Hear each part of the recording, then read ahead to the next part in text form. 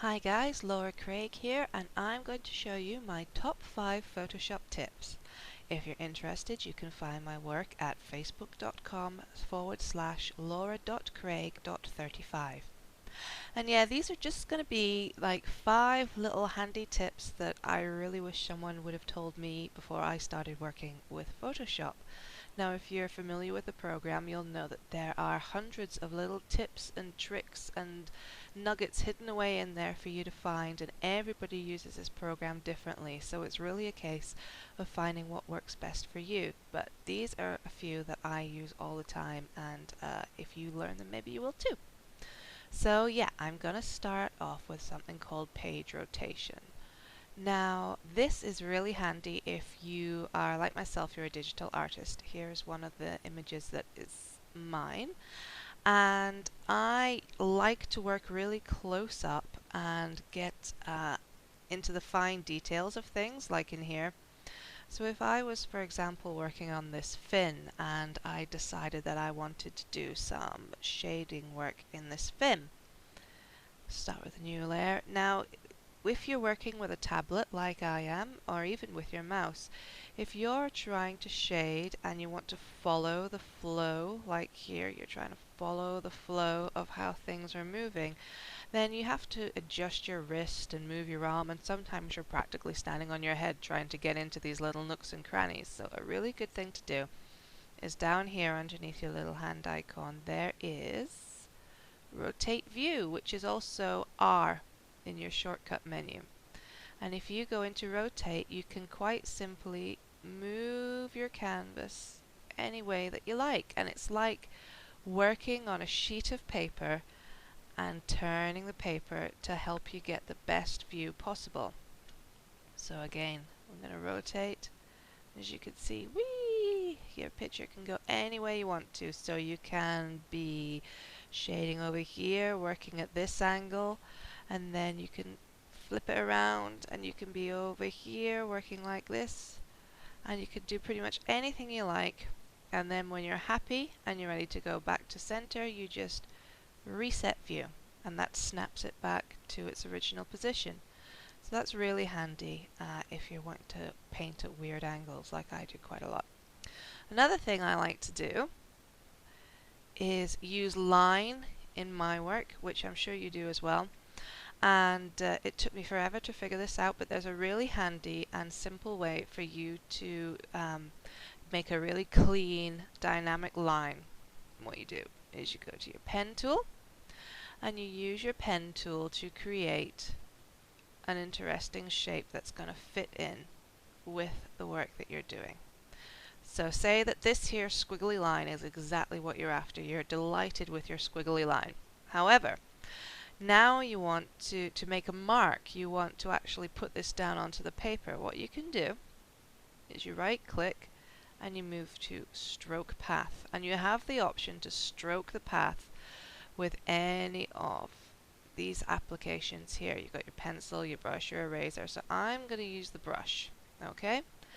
And if you hit OK, it creates a line. And if we get rid of the pen here, there goes the pen, and you can see that this is a really nice, crisp, sharp line. You can zoom right in.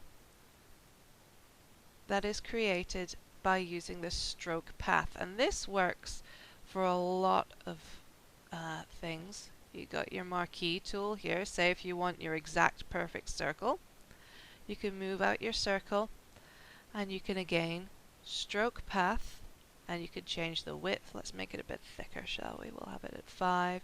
You can have it in the center, outside, all of these different things that you can play with. But again, it's very handy to just make marks that are crisp, exact, and you can fit them into your work. Okay, next thing I'm going to look at is guides. Now, guides are essential, especially if we go back to this. We're working on imagery here. Say you want to make sure your eyes line up, or you want to make sure that your nose and your lips are all in the correct position. What you can do is you go up here to view. Is it view? Yes, here we go. New guide. And let's make it a vertical guide, shall we? Okay. And if you could see, this little blue line's just appeared over here, and we can grab it and we could drag it to wherever we want, and that creates a lovely defined blue line that you can quite easily see. You can use it to line up your features, you can use it to move stuff around, and then when you want rid of it, you just go View, Clear Guides, and you can have as many guides as you like. You can have a horizontal one. You pull it down here. There we go. You can have a vertical one. We'll pull it in. There we go. And also, if you are working with the ruler up around the edges, which I sometimes do, let's get this ruler up here. Then what you can do is, if you are in this mode here, you can just pull them in from the edge. So that saves you having to go through the rigmarole of looking at your views. So that's another little tip for you there. Next thing I'm going to show you quickly is clipping masks. These are very useful if, like me, you're a digital painter and you like to create skin tones, but it's a useful tip that anybody else can use as well. So, over here we have our little stick man.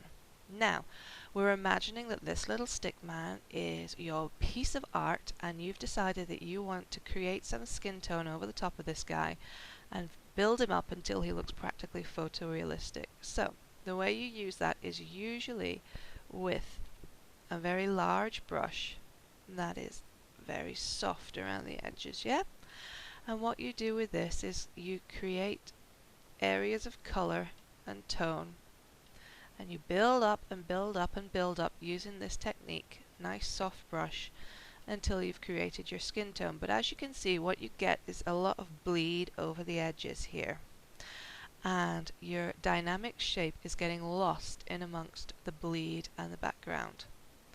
So what you can do to avoid having to constantly erase around the edge of your figure is you could create what we call a clipping mask. Now what you need to do is you go to the layer that has your stick figure on, and you create a new empty layer above him. Okay? Gotta be above him. And then you right click on that layer and you select Create Clipping Mask. And as you can see, that ties this layer with this arrow to the one below it. And what this means is it will only paint on the stick figure guy, or whatever shape you have defined beneath your clipping mask. So, again, you can use your big soft-edged brush, and you can paint away as much as you like, and as you can see, it doesn't bleed over, your edge remains intact. It'll only paint over this shape here. Okay? And then you can collapse it to the layer below. You could create a new one and use a different color. And you could paint over the top of that, and as you can see, it will remain fixed on your dynamic edge. And that means you can use your lovely great big soft edged brushes to create your skin tone, and it won't bleed over, and you won't have to continually erase around the edge, which is a really good tip for people like me who like to make skin tones, and it saved me lots and lots of hours. Okay, so number 5, last but not least, we're going to look at actions. And again, this is a really useful time-saving tip that you can use to cut out a few steps, and as you know, a few steps can build up into hours and hours if you're repeating them over and over again. So we're going to make an action, and we're going to use it to create a clipping mask the way that I've just shown you. But you can use your actions to do anything. So if you find yourself constantly repeating the same process within Photoshop, whether that be you make the same shape a lot, you rotate things a lot, you know, anything that you do over and over again that requires the same steps, you can save yourself time by creating an action. And this falls underneath this little play icon up here. You see, it tells you it's actions. Okay, and I happen to have that up at the side because I use this a lot, but if you don't, you can find it under Window, Actions, or alternatively you can press Alt F9. And that'll bring up this little panel here. And if you're familiar with your DVD players, you will see the record, play, and the file buttons here. And we're going to create a new action. So we use this little paper with the corner turned over, which you'll probably be familiar with. Okay, and we pop that, and it says new action. And we'll name this clipping mask, seeing as this is what we want it to do. So we name it a clipping mask, sorry, that could have been worse. We'll call it a default action.